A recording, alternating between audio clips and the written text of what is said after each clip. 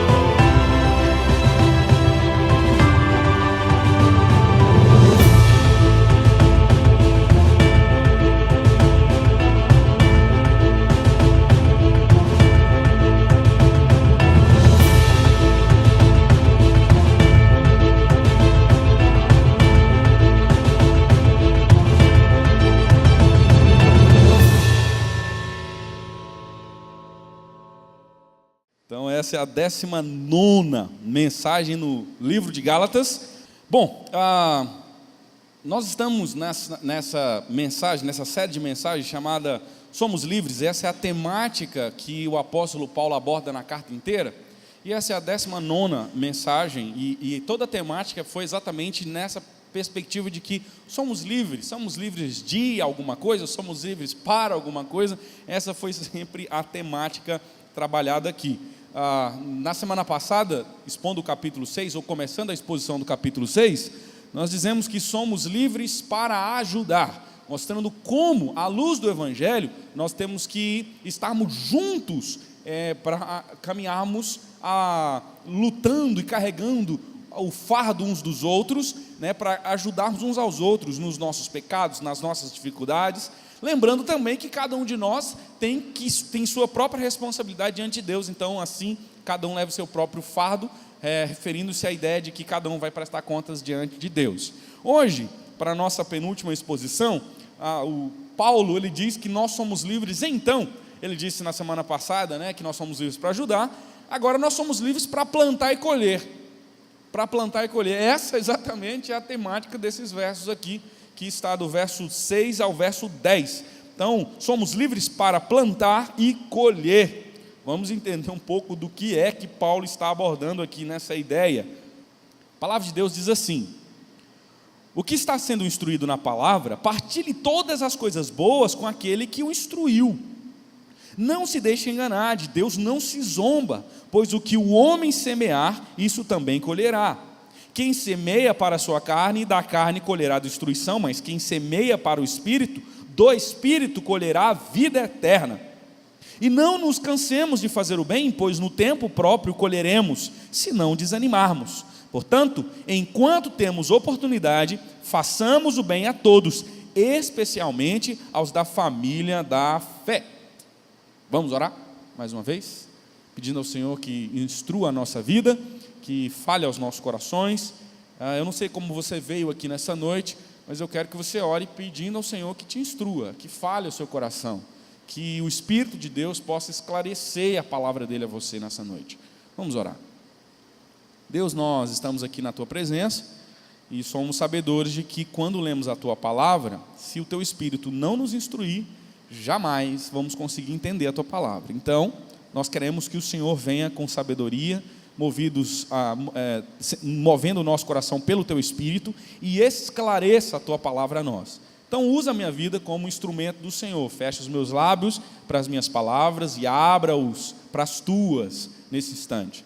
Que cada palavra que saia da minha boca nesse instante seja a palavra do Senhor, palavra de Deus, exposta com fidelidade, como é também a nossa missão aqui na Igreja Presbiteriana de Porá, expor e ser fiel à tua palavra. Então que isso aconteça nesse instante. Te agradecemos em nome de Jesus, amém e amém. Todo mundo já escutou aquela frase, quem planta, colhe. Todo mundo. Essa é uma frase que você usa, e que não só você, mas é uma frase muito antiga. Isso é um princípio determinado por Deus. Aquilo que se planta, se colhe. Ninguém planta lá ninguém planta uma melancia e colhe um pé de coco. Não tem como. Se você planta melancia, vai nascer melancia. Não tem jeito, né? Não tem jeito. Aquilo que você planta é aquilo que você colhe. Esse é um princípio dado por Deus, é uma lei imutável. Não tem jeito. Se você plantar lá uma laranja misturada com mexerica, o que vai dar? Uma laranja misturada com mexerica. Não tem jeito, não vai dar limão. Não tem como. Vai nascer aquilo que você plantar. Isso é o ponto central desse texto.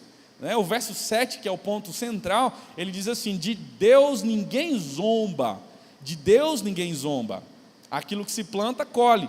Ele está usando um princípio óbvio da lei de Deus e da lei da natureza que Deus instituiu. Não tem como você plantar uma coisa e colher outra coisa. E Paulo usa essa expressão para lembrar os Gálatas de um problema que eles estavam cometendo. Só para você relembrar, né? Sei que você vai ficar expert aí no contexto de Gálatas, eu sei disso, mas sempre tem gente que está chegando que não conhece o que está acontecendo aí. Galácia, como você já está bem ciente disso, já pronto inclusive para expor para outras pessoas, não é uma cidade, mas é um conjunto de cidades, hoje na Turquia, antigamente na Ásia Menor, que era formada por uma série de cidades, cerca de 4 cidades. E Paulo, ele havia plantado essa igreja na sua primeira viagem missionária. Ele sai lá da Antioquia, e aí então ele vai até Antioquia da Pisídia, ali ele adoece, e sendo impedido de voltar, então o que ele faz? Não para, ele vai para frente. Ele vai pregar o evangelho nas 3 cidades vizinhas, Listra, Icônio e Derbe. Depois que Paulo melhora, lembrando que ele estava pregando o evangelho de Cristo, Jesus Cristo como morto e crucificado, aquele que recebe a ira de Deus, e para que a gente seja salvo, precisava crer nele. Depois que Paulo prega, então, e ele já está bem de saúde, ele retorna então lá para Antioquia, não mais essa Antioquia aqui da Pisídia, mas para Antioquia, outra Antioquia. Então, o que acontece pouco tempo depois? Depois que Paulo prega o evangelho, as igrejas se estabelecem, elas se tornam fortes, igrejas amadurecidas, elas eram igrejas vibrantes, cheias do poder de Deus, porque haviam crido no evangelho. Veio agora um grupo de judeus que se diziam convertidos ao cristianismo e estavam colocando em dúvidas o chamado de Paulo, dizendo que quem era Paulo? Ele não era um dos 12. Estavam então ensinando conceitos errados sobre justificação, ou seja, para entrar no céu, para ser justo a ponto de entrar no céu, não basta crer em Jesus Cristo, mas você tem que praticar a lei, praticar as coisas judaicas, os costumes judaicos, e por isso eles ensinavam a salvação pela prática perfeita da lei, como por exemplo a circuncisão e coisas nesse sentido. Dessa forma, o ensino deles estava pautado no evangelho, mas não só isso, também estavam pautados na circuncisão, assim como também nas comidas e também nos dias, como por exemplo guardar os sábados e as festas judaicas. E aquele povo, e é importante esse ponto aqui agora, esse povo que havia amado Paulo estava com um problema sério, não se sabe qual era o problema que ele estava, mas aquele povo, aquela região, tinha amado tanto Paulo e cuidava tão bem dos pastores que Paulo havia ali estipulado para ficar os líderes. Esse povo amava Jesus e, como amavam Jesus, cuidavam muito bem dos seus líderes. O relacionamento daquele pessoal era um relacionamento amadurecido. Eles amavam a Paulo, amavam seus líderes, mas depois que esses judeus entraram lá, ao invés de amarem Paulo e os líderes, e os pastores da igreja, e os mestres da igreja, ao invés disso, esse povo começou a brigar entre si, a igreja começou a brigar entre si, e mais do que isso, essa igreja começou a desprezar os líderes, desprezar inclusive o apóstolo Paulo. Paulo diz assim: quando é que foi que eu me tornei inimigo de vocês? O que está acontecendo aí? Capítulo 3 ele diz: quem vos fascinou, quem vos enfeitiçou, quem fez vocês mudarem de ideia? Essa é a ideia aqui. Então, quando Paulo percebe que estava acontecendo tudo isso, chega para Paulo a notícia, então Paulo resolve escrever essa carta, né? Paulo então escreve essa carta com o propósito, basicamente 3 propósitos, com o propósito de alertar, de defender o seu chamado, de dizer que ele era apóstolo sim, chamado da parte de Deus. Por isso capítulo 1 começa com Paulo ratificando essa ideia, alertar o povo sobre o ensino errado dos judeus, daqueles judaizantes, judeus que se diziam cristãos, mas não haviam abandonado as práticas judaicas, achando que era isso que daria a eles a salvação, e relembrar como eles deveriam viver a partir da graça de Deus. E ele faz isso dividindo a carta em basicamente 2 partes, né? 2 partes por quê? São 3 pontos, mas 2 partes, porque do capítulo 1 ao capítulo 4, Paulo aborda a parte doutrinária. Primeiro capítulo e o capítulo 2 ele faz uma defesa pessoal do seu chamado. Capítulo 3 e 4 ele trabalha o evangelho simples e puro, mostrando como até mesmo Abraão, que os judeus se dizem filhos, foi salvo não pela lei, mas foi salvo pela graça do Senhor Jesus. Abraão creu em Jesus e isso lhe foi imputado para a justiça. Ele foi salvo porque creu em Jesus Cristo. Agora no capítulo 5 e 6, essa é a segunda parte, então essa é a primeira parte, capítulo 1 a 4, quando ele expõe a teologia. Paulo faz muito isso, praticamente todas as suas cartas. Se você olhar para Efésios, você vai ver que Paulo faz exatamente isso. Primeiro ele expõe a teologia, depois ele aplica como a gente vive a partir da teologia mostrada. A aplicação de Paulo então está no capítulo 5 e capítulo 6, quando ele diz como agora a gente vai viver o evangelho na vida prática. Então ele faz uma defesa do evangelho sendo aplicado na vida.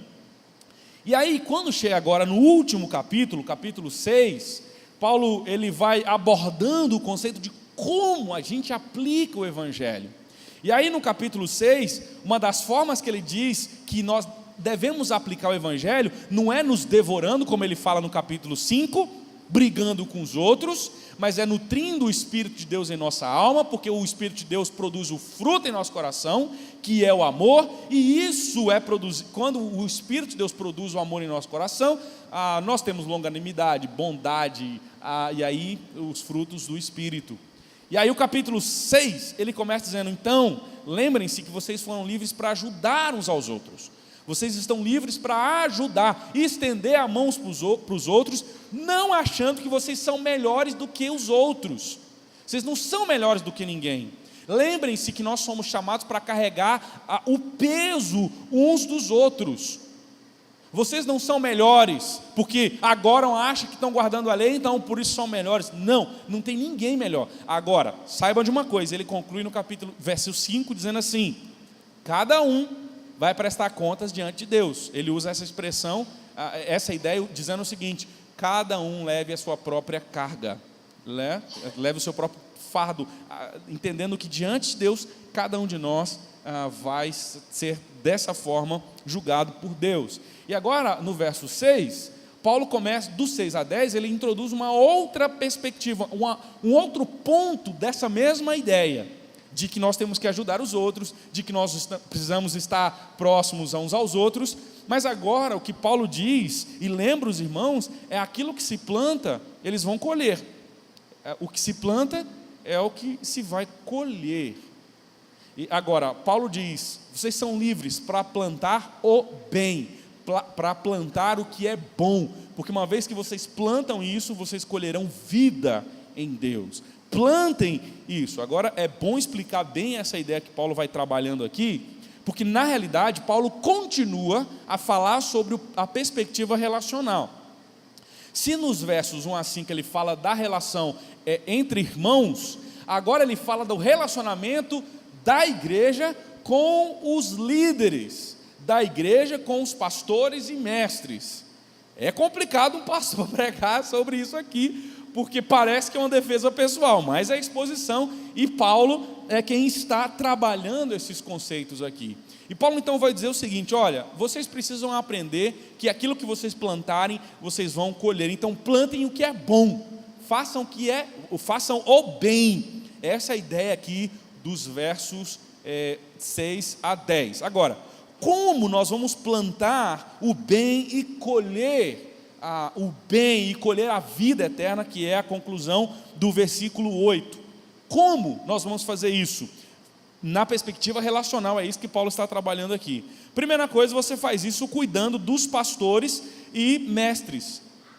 Para que você plante o que é bom, cuide dos seus pastores e de seus mestres. Olha o versículo 6 aí. O que está sendo instruído na palavra, partilhe todas as coisas boas com aquele que o instrui. O que está sendo instruído na palavra, partilhe todas as coisas boas com aquele que o instrui. Alguns comentaristas acham que Paulo começa uma nova ideia. Na sua Bíblia provavelmente tem um mas aí. A ideia não é desconexa. Paulo está dizendo o seguinte: irmãos, não se esqueça de que cada um, verso 5 ele diz, pois cada um deverá levar a sua própria carga. Lembre-se que essa ideia, ele está dizendo assim, cada um vai prestar contas diante de Deus daquilo que se faz. Dessa forma, pratique o bem aos seus líderes, cuidem de seus líderes, porque não se esqueçam, aquilo que vocês plantam, vocês colhem. Se vocês fazem mal aos líderes, se vocês maltratam seus líderes, lembrem-se, é isso que vocês vão colher.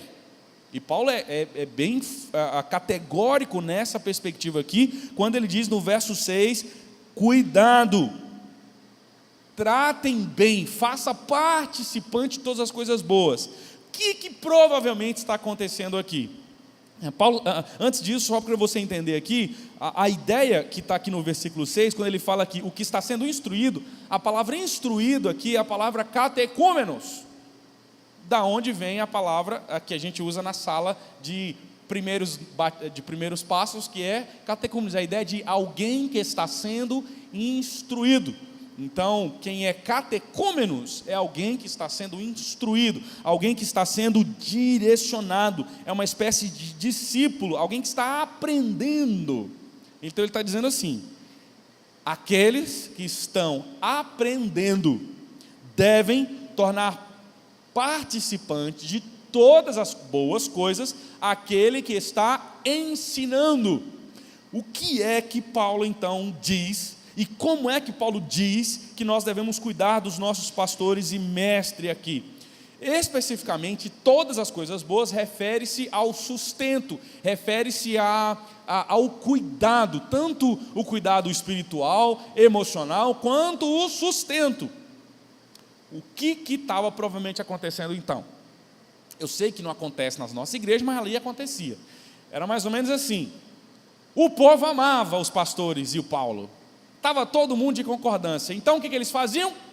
Contribuíam, ofertavam, dizimavam, gostavam tanto dos pastores que faziam, os pastores davam bens, abençoavam a vida dos seus pastores e mestres. Mas quando os judaizantes entraram lá, que perverteram eles, e o intuito dos judaizantes era esse mesmo, se você olhar os versos seguintes lá, tipo no versículo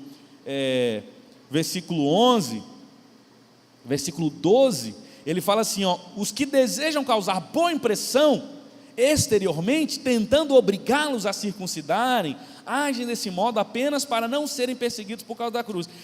Ou seja, Paulo está dizendo, e ele fala isso nos capítulos anteriores, Paulo está dizendo que aquele pessoal queria apenas conquistar o coração dos Gálatas, daquela igreja. E uma vez que eles conquistaram, daí o capítulo 3 falar que a igreja foi enfeitiçada, aquela igreja voltou-se contra os seus líderes, contra os pastores e contra Paulo. Quando um membro não gosta do pastor, o que ele faz? Corta o dízimo, corta a oferta e não manda mais, que ele fala assim, agora eu quero ver essa igreja andar sem meu dízimo, sem minha oferta. Eu não concordo com o que o pastor fala, não concordo com o que os mestres e os líderes estão falando, então eu vou cortar meu dízimo. Era provavelmente isso que havia acontecido aqui.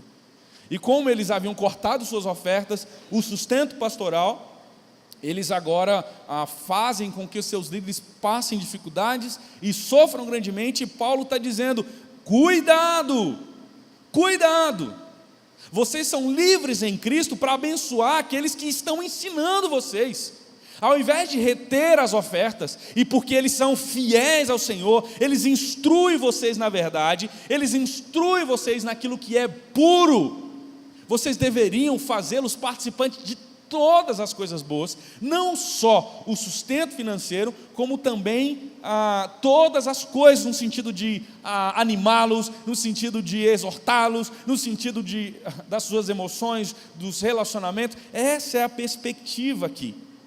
Irmãos, vale ressaltar que as pessoas usam textos como esse como pretextos para enriquecerem a falsos mestres, a falsos pastores que usurpam suas igrejas, que roubam de suas igrejas, que se enriquecem com as suas igrejas, roubando seus membros. Isso é fato e a gente não pode negar. Realmente é complicado falar sobre o sustento pastoral hoje em dia, porque existem pastores ladrões, que são lobos e não pastores, e inclusive o próprio Paulo alerta isso aqui no livro de Gálatas. Há homens complicados, Paulo fala isso para Timóteo, são impostores, e eles vão de mal a pior. Entretanto, para quem não concorda com a ideia de que pastor precisa ter o seu salário, o seu sustento, as Escrituras e o próprio Paulo, ele ratifica essa ideia. Jesus, em Lucas capítulo 10, ele diz que o trabalhador é digno do seu salário, bem como Paulo em 1 Coríntios, diz assim: se nós vos semeamos as coisas espirituais, será muito recolhermos de vós bens materiais. Paulo ainda usa um ditado popular, dizendo assim, que quando o boi vai para trabalhar na roça, não se ata a boca dele, não amarra, pelo contrário, senão o boi não dá conta de trabalhar. Aí Paulo diz, é sobre bois que as Escrituras estão falando? Claro que não.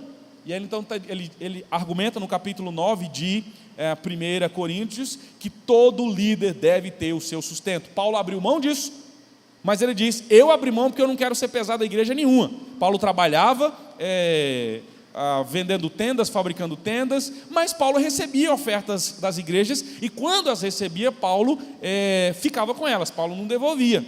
A igreja de Tessalônica, por exemplo, abençoou grandemente a vida de Paulo, e ele agradece ao Senhor, dizendo o seguinte: eu sei estar tanto com muita coisa, quanto sei não ter nada.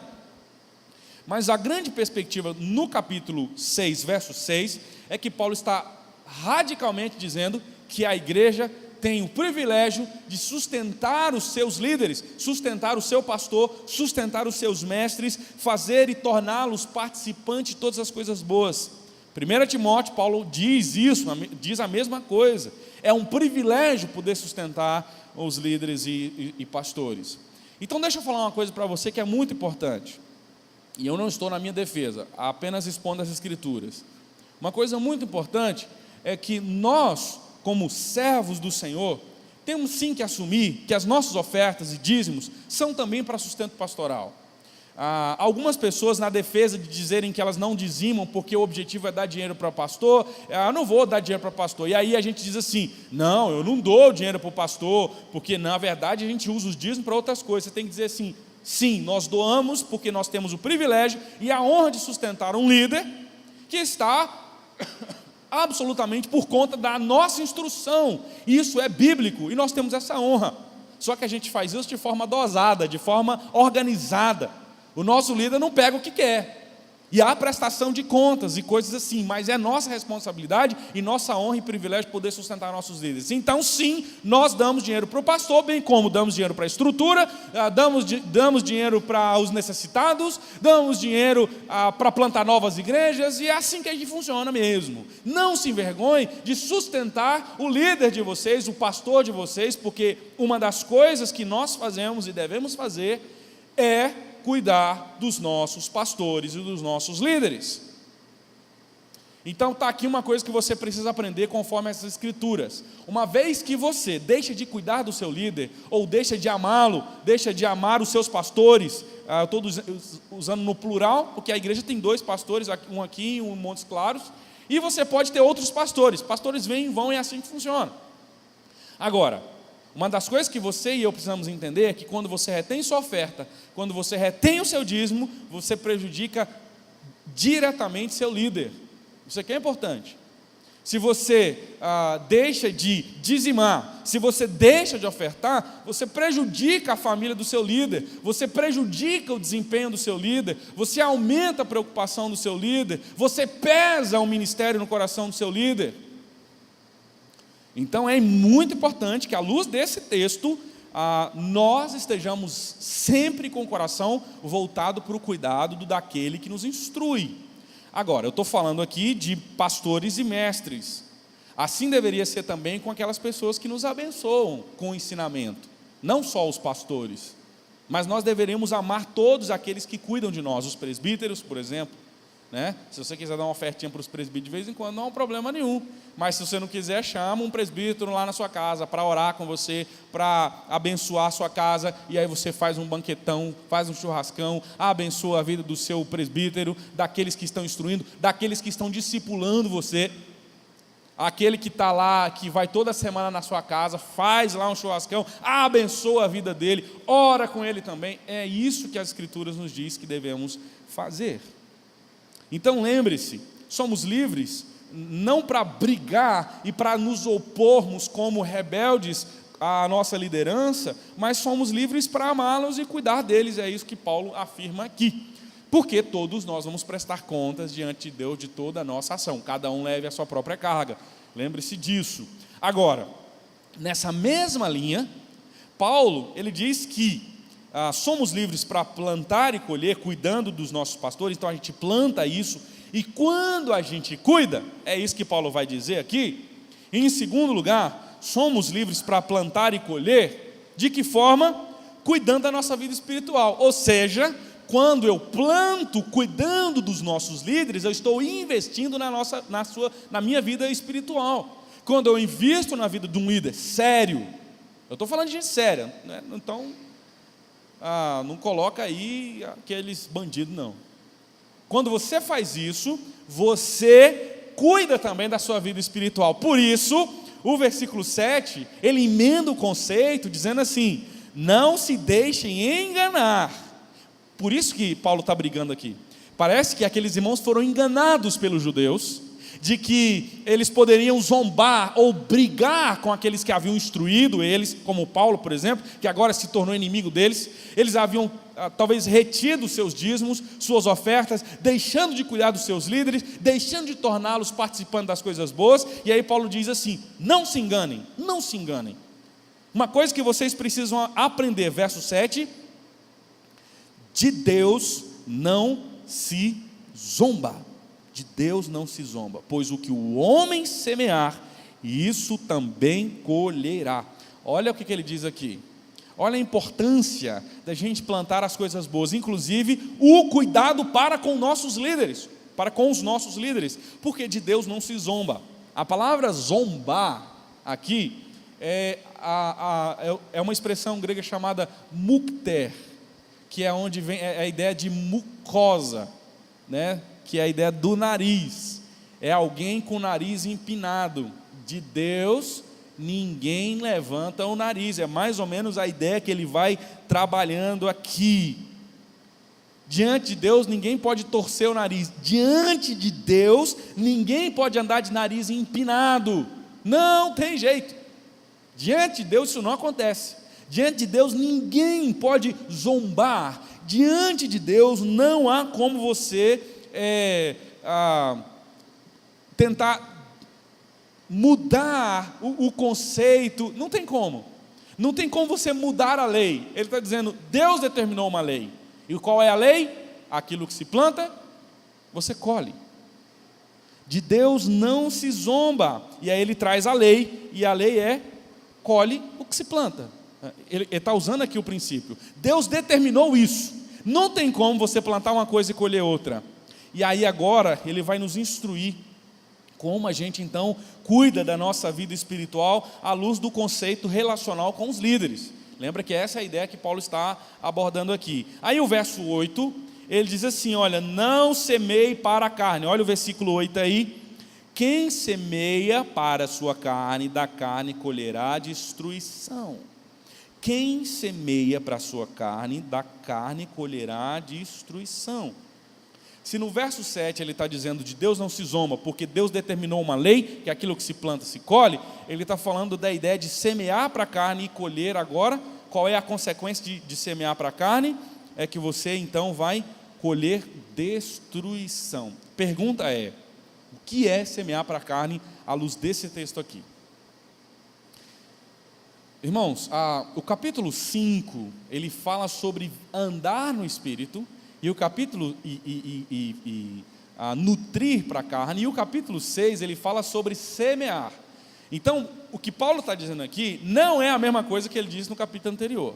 Não é a ideia de nutrir simplesmente os pecados da carne. Não é disso que ele está falando aqui.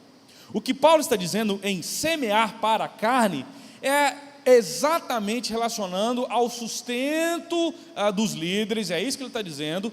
Quando eu invisto somente em mim mesmo, nos meus sonhos, e algumas coisas são até boas e plausíveis, como um carro, como casa, como coisa assim, mas não contribuo com os meus líderes, eu deixo de crescer, eu deixo de aprender, e demonstra onde está o meu coração. Dessa forma, o que eu vou colher quando eu não tenho um líder que me instrui perfeitamente? Paulo diz, o final disso tudo é destruição.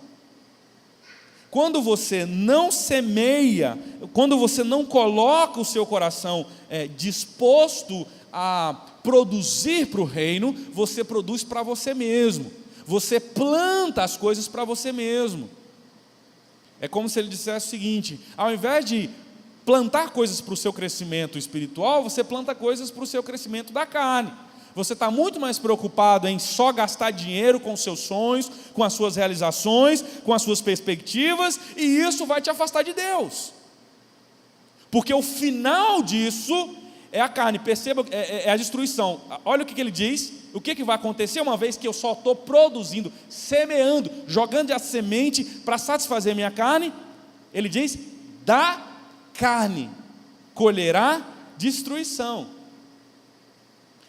É como se ele dissesse, uma vez que eu só estou trabalhando para me satisfazer, para realizar os meus sonhos, o que eu vou ganhar disso é destruição. É destruição.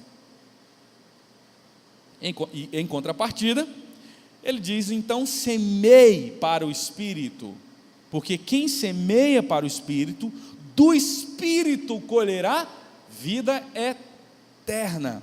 É isso que diz aí o final do verso 8, mas quem semeia para o Espírito, do Espírito colherá vida eterna. Qual é a ideia então de semear aqui para o Espírito? Basicamente é ter o coração focado a investir no reino de Deus. A ideia aqui, lembre-se que Paulo está falando sobre sustento, sobre investimento no processo do reino. Quando eu começo a investir só para os meus sonhos, só para as minhas realizações, o que eu tenho? Destruição. Entretanto, quando eu invisto na minha liderança, quando eu invisto no reino de Deus, eu cresço. E como consequência, eu me fortaleço, eu me amadureço, porque os meus líderes são treinados, a gente investe no treinamento deles, e quando eles são treinados, eu também sou treinado, e isso traz o quê? Vida. Obviamente, pelo amor de Deus, não entenda que Paulo está dizendo que se você dizima ou oferta, você tem a vida eterna. Paulo não está falando isso. Mas o que Paulo está dizendo é que uma vez que eu tenho o coração focado no reino de Deus, isto demonstra claramente qual será o meu futuro. E quando eu tenho o meu coração focado no reino, eu sustento os líderes, eu oferto, eu dizimo, eu caminho junto, porque eu quero ver a minha vida espiritual crescer também. E uma vez que eu cuido do meu pastor, uma vez que eu cuido dos meus presbíteros, uma vez que eu cuido dos meus mestres, eu estou crescendo espiritualmente. É isso que Paulo basicamente está argumentando aqui. Lembrem-se disso. Vocês precisam fazê-los participantes de todas as coisas boas. Mas se vocês não cuidam dos líderes de vocês, mas estão preocupados só com os afazeres de vocês, só com o bem-estar de vocês, vocês vão se dar muito mal. É isso que Paulo está dizendo aqui. Mas se vocês instruem, animam os líderes, fazem os participantes de todas as coisas boas e nutrem o espírito de vocês, sabe o que vai acontecer? Vocês estão com o foco certo, que é a vida eterna, e vocês vão colher o que é bom para o espírito de vocês. É isso que Paulo está argumentando. Por isso, nós somos livres sim para ajudar, para plantar e colher, mas plantar o que é bom. Plantar o que é bom. Tá aí uma dica. Nós, líderes, o conselho da igreja, deveria sim investir na vida dos seus pastores, dos seus mestres, nutrindo-os, animando-os, mandando eles para aprender mais, para crescer mais, para estudar mais, porque quanto mais se investe na vida dos pastores, teoricamente falando, né, dos pastores certos, mais se investe na vida da igreja. Quanto mais instruído está seu pastor, mais instruído estará você. É assim que funciona. Você quer aprender, você quer crescer, invista na vida dos seus líderes. Uma boa faculdade para formar bons alunos, o que ele faz? Investe na vida dos seus professores. A faculdade ela só vai aprender mais se ela tiver professores renomados. Por isso, quanto mais ela quer crescer, o que ela faz? Investe na vida dos professores. O Washington está fazendo um doutorado dele aqui, quem banca? A faculdade. Porque a faculdade entende que um professor instruído, investindo na vida deles, aonde é que é o retorno? É dele? Não, vai aumentar o salário dele? Vai, mas a preocupação não é essa. Porque quem vai ganhar é a própria faculdade. Uma vez que você investe na vida do seu pastor, quem vai ganhar com isso? O seu pastor? Claro que ele vai ganhar também. Mas quem mais ganha é você mesmo. Entende? É isso que Paulo está dizendo aqui. Não engana Deus não.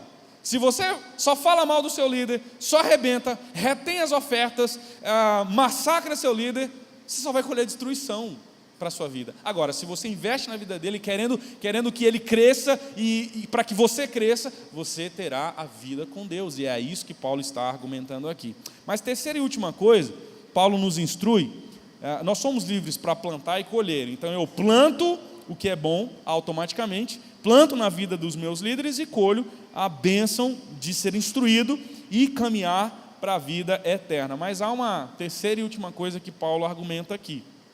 A terceira é que nós somos livres para plantar e colher, cuidando dos nossos irmãos e da sociedade. Então perceba que aqui está falando sobre a perspectiva de cuidados mesmo. Tá? Agora olha o verso 9 e 10. E não nos cansemos de fazer o bem, pois no tempo próprio colheremos se não desanimarmos. Isso aqui é importante. Fazer o bem refere-se ao sustento pastoral. Parece que você não está ganhando nada em troca, é isso que Paulo está dizendo, mas vocês, no tempo certo, vão perceber que vocês ganharam muito e vão ser grandemente recompensados. Essa é a ideia que Paulo está usando aqui. Mas é óbvio que a gente pode ampliar esse conceito de dizer que não só fazer o bem aos líderes, mas fazer o bem aos nossos irmãos na fé. Devemos fazer o bem a todos os irmãos da fé. Devemos perseverar, pois no tempo próprio, ou seja, no tempo de Deus, essa é a ideia aqui, Ele nos há de recompensar. Às vezes é cansativo ficar lá investindo na vida de alguém, na vida de um líder, e às vezes não ver retorno nenhum. Às vezes é difícil você ficar mandando dinheiro para um missionário lá num local que não converte ninguém. Durante anos e anos, e você está lá sustentando, mas no tempo de Deus, Deus traz a colheita certa, e Deus dá o fruto certo. É isso que a gente precisa aprender, mas olha como conclui o versículo 10. Portanto, enquanto temos oportunidade, olha que coisa graciosa, ele está falando assim, irmãos, vocês foram chamados para abençoar a vida das pessoas, não dos seus líderes, não ficar aí brigando com eles e massacrando os seus líderes. Pelo contrário, abençoe a vida deles, plantem na vida deles, e vocês no tempo certo de Deus vão colher. E aí ele diz, portanto, enquanto temos oportunidade, Irmãos, é graça de Deus, até que o Senhor volte. A ideia é essa aqui, né? Ele diz: façamos o bem a todos. Então, a todos os líderes e todos os irmãos. Mas não só todos os irmãos, mas como todo mundo mesmo. Agora sim, Paulo amplia, dizendo que o bem não tem que ser feito só para os pastores e líderes, mas tem que ser feito para os irmãos e para os de fora da igreja também. Olha como ele conclui: especialmente aos da família da fé. Então, todos inclui líderes, irmãos na fé e o povo de fora, a sociedade. É assim que a gente planta também. Precisamos fazer isso. Por exemplo, como é que a gente faz isso? A Aparecida, por exemplo, está fazendo uma galinhada agora para abençoar a vida de uma menina que ela conheceu no quarto de hospital quando estava com a Jandira. Ela está cumprindo exatamente esse verso aqui. O que ela está fazendo? Está arrumando a galinhada. Hoje os irmãos aqui doaram o arroz, doaram as coisas, parabéns, é isso. Você está cumprindo esse texto, fazendo participante, todas as coisas, fazendo participante, fazendo bem a todos, essa é a ideia aqui, mas principalmente os da família da fé, os da igreja, primeiro os da igreja, depois de fora, é isso que Paulo argumenta. E aí então a nossa irmã Aparecida está fazendo isso, ela está fazendo a galinhada, e aí está vendendo os ingressos. O Zé Eurípides inclusive está com os ingressos custando R$10. Como você vai fazer o bem aos de fora? Comprando o ingresso dele ali, para abençoar a vida dessa pessoa. Eu não conheço, você também não conhece, mas a Aparecida conhece. Deus tocou no coração dela e nós vamos ajudar. E a galinhada vai ser feita aqui na igreja. E se o irmão da igreja precisar, nós vamos ajudar também. É assim que funciona. Esse é o processo. Isso cumpre exatamente o que Paulo diz: nós estamos plantando o bem. Não confunda a ideia de estar fazendo uma boa obra para colher a salvação. Não é isso que Paulo está dizendo. Paulo não está dizendo que fazer o bem te dá salvação. Lembre-se que Paulo está brigando com aquela igreja, porque as igrejas deixaram de sustentar seus pastores, cuidar deles, e Paulo está dizendo: cuidado, porque pastor mal cuidado não vai cuidar de vocês. Cuidem, plantem na vida deles, e Deus vai abençoar vocês grandemente. Aí Paulo amplia, no finalzinho ele diz: mas não cuida só deles não, cuida de todo mundo, cuida da igreja. Lembre-se que Paulo está dizendo lá no capítulo 5, que o povo estava brigando. Olha aí capítulo 5, versículo 15: mas se vocês se mordem e se devoram uns aos outros, cuidado para não se destruírem mutuamente. Então, Paulo está dizendo assim: ao invés de ficarem brigando entre si, brigando com seus líderes, cuidem dos seus líderes, plantem coisas boas e saibam que vocês vão colher coisas boas. Essa é a ideia. Somos livres para plantar e colher coisas boas. Essa é a ideia que Paulo está dizendo. Então faça o bem a todo mundo. Todo mundo. Igreja tem que fazer o bem para os de dentro, para os seus líderes e para os de fora também. Essa é a ideia que Paulo termina aqui. E ele conclui essa parte do capítulo 6, dizendo que somos livres para isso. Diante disso, meus irmãos, como nós vamos aplicar? Obviamente, cuide de seus líderes. Irmãos, não estou em defesa pessoal, apesar de ser diretamente afetado com isso. Mas lembre-se, quando você retém seu dízimo, sua oferta, você está deixando de cuidar do seu líder, do seu pastor, seja eu ou qualquer outro que vier. Isso demonstra que o seu coração está focado nessas coisas, na sua própria vida, e aí você colhe destruição para a sua vida. É isso que a Escritura está dizendo. Mas quando você abençoa a vida dos seus líderes, você cresce no Senhor Jesus. Então cuide de seus líderes. Invista em coisas que te darão crescimento espiritual. Isso é importante. Invista no líder, invista numa boa Bíblia, invista num bom livro, invista num bom CD. Quer dizer, você pode ir para a internet hoje e assistir no YouTube, né? Mas compre o CD para abençoar a vida dos crentes também que estão gravando lá. Invista em coisas que vão nutrir para o seu espírito. Observe que tipo de plantio você tem efetuado. Que tipo de plantio você tem efetuado? Você tem abençoado o seu líder para que você seja ricamente abençoado? Porque, via de regra, essa é uma via de mão única.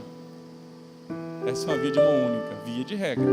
Há grandes e muitas exceções, muitas.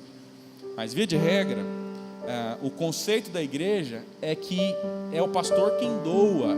E é verdade. O pastor precisa, inclusive, doar sua vida pelas ovelhas, e ele tem que fazer isso.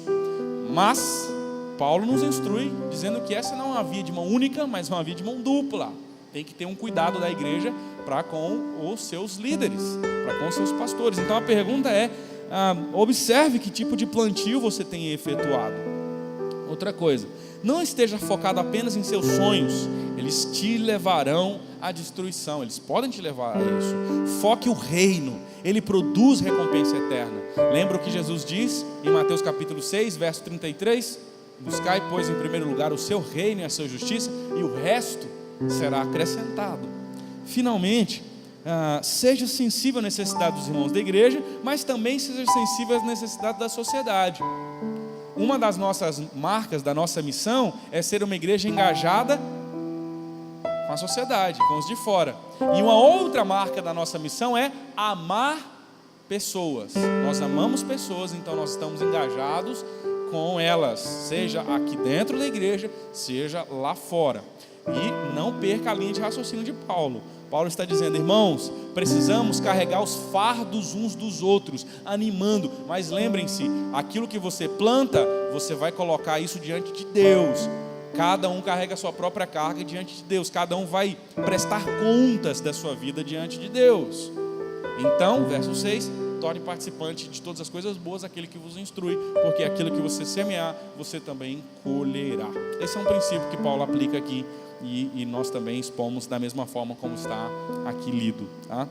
Que de fato isso seja uma verdade nossa, que sim, haja um amor da minha vida pastoral para com a sua vida, sim, haja uma doação, haja disposição inclusive para morrer por você se for necessário, mas que você tenha em seu coração disposição para cuidar de mim e dos líderes que virão, que você tenha disposição e comprometimento no meu sustento.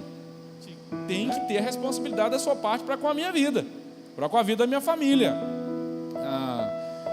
seja eu ou seja qualquer um pastor que estiver aqui. É sua responsabilidade cuidar dos seus líderes, cuidar deste lugar, cuidar da sua igreja. Hoje de manhã nós falamos sobre isso num sermão que será repetido na ceia, a pedido de alguns irmãos aí, para quem não estava, mas a gente precisa entender que isso aqui, né, como a gente falou hoje de manhã, é uma extensão da nossa casa, e a gente precisa abençoar a vida das pessoas que nos ajudam e nos sustentam. Então pense nisso, e tome uma decisão de cuidado, de reciprocidade para com seus líderes também, tá? Vamos orar? Fique de pé, vamos orar.